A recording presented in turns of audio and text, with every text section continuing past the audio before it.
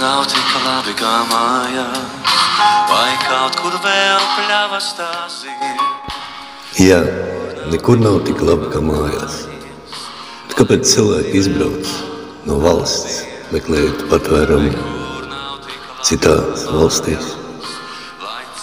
Viens no iemesliem, ja valsts pārvalda valsts līmeņa jautājumus un problēmas nerisina kompleksi, tas ir kopumā, bet cenšas atrisināt katru problēmu atsevišķi, tad parasti tiek radīts vēl lielākas problēmas un haoss ilgtermiņā, kā piemēram, cenšoties optimizēt un sakārtot izglītības sistēmu, slēdzot mazās skolas reģionos, tiek radīta vēl lielāka problēma. Lauki izmirst un tiek likvidēta praktiski jebkura attīstības iespēja. Cilvēki vienkārši pārceļas dzīvot uz pilsētām un daudz vienkārši emigrē, kas, protams, ļoti slikti ietekmē valsts ekonomiku un valsts izaugsmes iespējas kopumā. Ir tāds teiciens, ka vieta tukša ilgi nestāv. Vienkārši tādā veidā, ja daudz cilvēku izbrauc no valsts, tad varam sagaidīt, ka daudz cilvēki agrāk vai vēlāk arī ieradīsies valstī.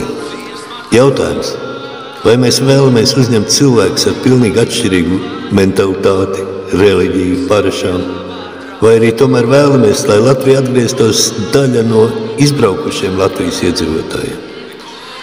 Ja vēlamies saglabāt Latviju un latviešu valodu, tad nacionālās attīstības plāna galvenai prioritātei ir jābūt remigrācijai.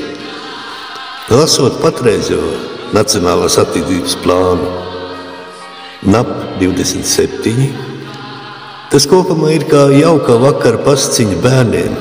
Ir nedaudz parādīts sliktais, bet beigās uzvar tomēr labais, respektīvi uzvar cipari, Exceļa tabulas, kuras neparāda realitāti, bet vienīgi parāda vēlamo, nenorādot konkrētu rīcības plānu. Kādam tad būtu jābūt šim rīcības plānam, konkrētajam? Kas viņu sastādīs, kas viņu realizēs? Un tā tālāk, un tā tālāk. Jautājumu ļoti daudz, bet principā atbilde ir viena. Paļauties uz valdības struktūrām, diemžēl, mēs vairs nevaram. Un šeit atgriežamies pie jautājuma pie šīs Vislatvijas sabiedriskās organizācijas ar koordinācijas centru, ar algotiem darbiniekiem, speciālistiem, kuri šādu plānu var un varēs sastādīt. Kāds tad būtu sākums, kas būtu jādara un vispārējais? Patreizajā brīdī šajās sīkajās detaļās mums nevajadzētu pat iedziļināties, jo tie ir tehniskas dabas jautājumi. Bet pats sākums pēc manām domām būtu jāsāk ar pagastiem, kuros ir vai ir bijušas skolas. Lai skolās būtu bērni, skolu tūmā ir jābūt ražošanai, darbvietām un nerunājot nemaz par veikaliem un pārējo. Tātad šeit ir šie centri, lai viņi izveidotos. Vispirms ir jāzina, kas mums ir, kādā stāvoklī un kas mums ir. Tātad, cik ir lietojams ēkas, cik ir zeme, cik valsts zeme, cik brīva zeme. Un daudz šādi jautājumi jāsakārto. Tad pagastā ir jāsaprot, kas ir vajadzīgs tieši tajā katrā konkrētā pagastā. Vai viņiem ir vajadzīgi cilvēki vai nav. Ja ir vajadzīgi, tad kādi cilvēki? Vai tie ir zemnieki, vai tie ir mekāniķi vai kas? Kādas idejas varētu būt izveidot ražošanas objektus tieši? Un ļoti daudz kopējs darbs, ko praktiski var, tas ir tikai kopā izdarāms.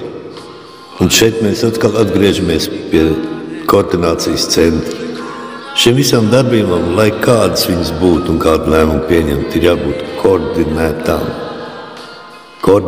Kā to realizēt tālāk, viss tas ir iespējams runāt un pārunāt. Bet ja nav sākums, nav šīs nekādas darbības, tad arī, ja nav šādas organizācijas, nav šāda koordinācijas centra, tad patreizējā valsts pārvalde turpinās savu iesākto ceļu, uz kuriem tas ved. Es domāju, ka lielākā daļa nojaušais saprot. Un nobeigumā, kā tad iztērēt liederīgi šos 3 miljārdus? Pavisam vienkārši, ja mums darbības plāns ir 2 gadu laikā, lai atgrieztos reimigrētu 100 000 darbspējīgu cilvēku, tātad uz katru darbspējīgo cilvēku investīcija apjoms ir 30 000 eiro. Ģimenei varētu būt 60 vai 90 000. Tā, protams, nauda nav plānota izmaksāt tieši cilvēkiem, bet tās ir investīcijas darba vietās, dzīves vietās un ļoti daudzās aspektos. Tātad mans uzskats, ka šī aizņemtā nauda būtu, ja nav citas idejas, kur investēt, tad remigrācijā, jo tas būtu ļoti liels pienesums Latvijas demogrāfijai un vispār cilvēkiem.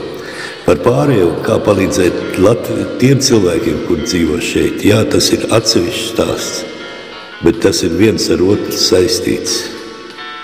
Ja cilvēki nebrauks atpakaļ uz Latviju, tad ļoti iespējams, ka nekāda plāna vispār tuvākos gados nebūs vairs vajadzīgi. Paldies visiem, jauku jums dienu!